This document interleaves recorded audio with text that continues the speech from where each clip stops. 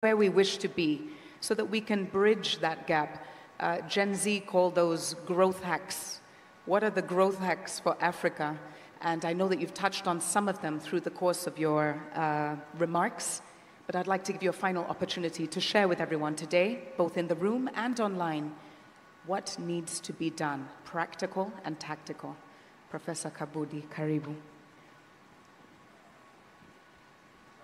And maybe you wish to focus on the government and institutions, how they can overcome barriers. Thank you very much.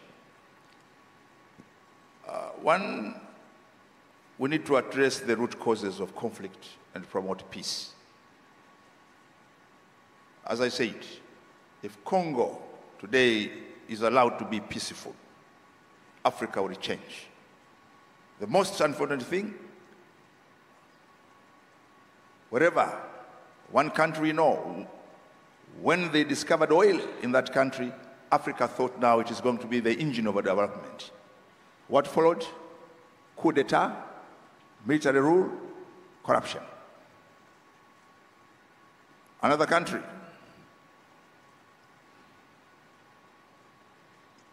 when also gas was discovered, is now in turmoil and conflict and insurgents. So once we address that, Africa is capable of developing itself. Two, we need now to implement regional trade and development agreements. We are now talking about the Africa Free Continental Trade Area, a very promising thing. We need to work hard on it. And actually, this is an institution which is headed by a very young person. And I was in Addis Ababa when actually the three were being interviewed. And we said, perhaps this is the time now to allow young people to lead some of these institutions. He was in his mid-30s, Africa Free Continental Trade Area. Three, we need now to invest in integrated regional industrialization. You know, Tanganyika was the Cinderella of East Africa for very good reasons. We are not a British colony, legally. We were a United Nations trustship territory. And as a result, the administering authority did not invest much in what was Tanganyika. The same fate with Rwanda and Burundi, we were under the Belgians. So come 1961, we get our independence. 1964 is when now Tanganyika is pushing for regional industrialization. The Kampala Agreement of 1964, where we agreed what kind of industries should be built in which country. Tanganyika was given transistor radio, motor car tires, Philips and Matsushita, General Tire, Portland Cement. Uganda, it was textile, confectionaries and sugar. What happened to the Kampala Agreement of 1964 is not a matter of discussion. But I'm looking at the model of Mwalimu Nyerere and his colleagues in 1964, where now we need to sit down and agree what type of industries need to be built there for the African market. That is what Europe has done. Without that, Portugal, Spain, and Greece will be backward. Pharmaceuticals assigned to Spain, opticals assigned to Portugal. We need to do the same. And when I was part of the negotiations of the East African Common Market Protocol, when we are discussing about this, some people thought that we are still in the nostalgia of Nyerere's socialism. No. We said, let us agree. What goes to Burundi, what goes to Rwanda, what goes to Tanzania, what goes to Uganda. So that whoever comes to East Africa, he wants to invest, let us say, in bicycles, we say go to Burundi. It is in Burundi where bicycles for the entire East African market will be manufactured. But also, look at the synergies. The coffee that is produced in Buhigwe and the coffee that is produced in Makamba province of Burundi, let be it collected in one industry and goes outside Burundi and Tanzania as the produce of East Africa. Another thing is invest in regional infrastructure development. We talk about free movement of goods. How do you move goods from Nkasi to Tororo, from Tororo to Songea? And this is why I applaud the position of the government of Tanzania now investing in the standard gauge railway. And when I talk about the standard gauge railway, of which I'm very happy that President Thabo Mbeki was able to ride from Dar es Salaam to Morogoro. And the stretch from Dar es Salaam to Morogoro was 100% financed by ourselves. How did we achieve that? Is when there were no more trips to outside Tanzania, no more conferences in posh hotels where we had to go with water and cashew nuts. It is from those savings we were able to build the stretch from Dar es Salaam to Morogoro. Because many financiers were not interested. Their feasibility study and the business plans ended at the border between Tanzania and Burundi, the border of Tanzania and Rwanda, and we told them no. And this is why the decision of President Samia and President Ndayishimiye of now building an SGR from Uvinza to Msongati to Kitega and then to Kindu in DRC, and from Kindu to go down to Lubumbashi, and from Lubumbashi to go to Lobito. That's how we need to go. And now another stretch from Mwanza is going on to Isaka to Kigali. And from Kigali, it will go and connect with the SGR, which comes from Mombasa to Uganda, and then Uganda to the DRC. This is why it is to our interest that DRC becomes stable and peaceful. Another thing is to focus on capacity building. And here I'll talk about capacity building of R&D. Africa, we are spending less in R&D, research and development, because we have been cajoled that you don't need to invest in R&D. You can go and take for no. We need to invest in R&D.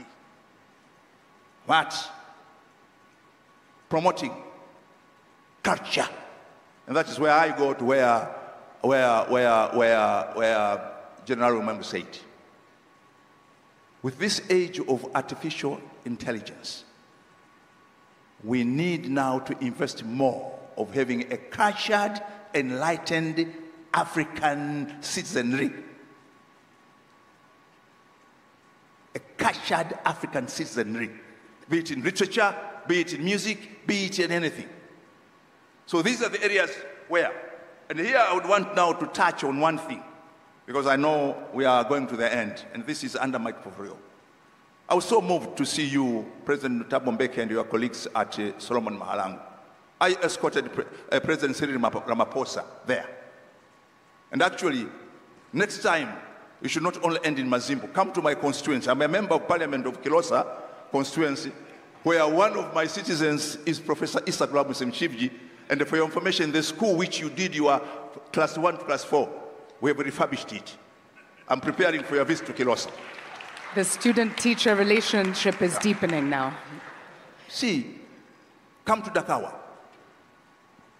And you see the dreams of Oliver Tambo and Julius Nyerere to prepare young South Africans, once South Africa is free, for them to go back to South Africa skilled.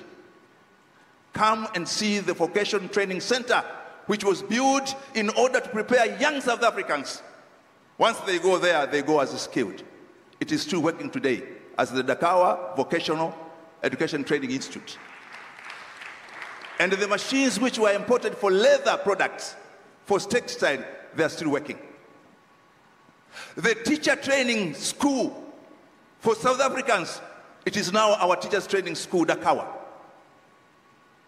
And the girls' secondary school, which was training the South African girls, is now our Dakawa Girls High School. Which means what? We also need to valorize the liberation struggle heritage. We are not talking about the past. We are talking about how we are living it. And I was telling President Mbeki before coming here. In Tanzania, we have 174 graves of South Africans who sleep here in their country. And this is why, President Mbeki, it was not a matter of conspiracy that I invited. We have here 2 Ngoni chiefs from Songea.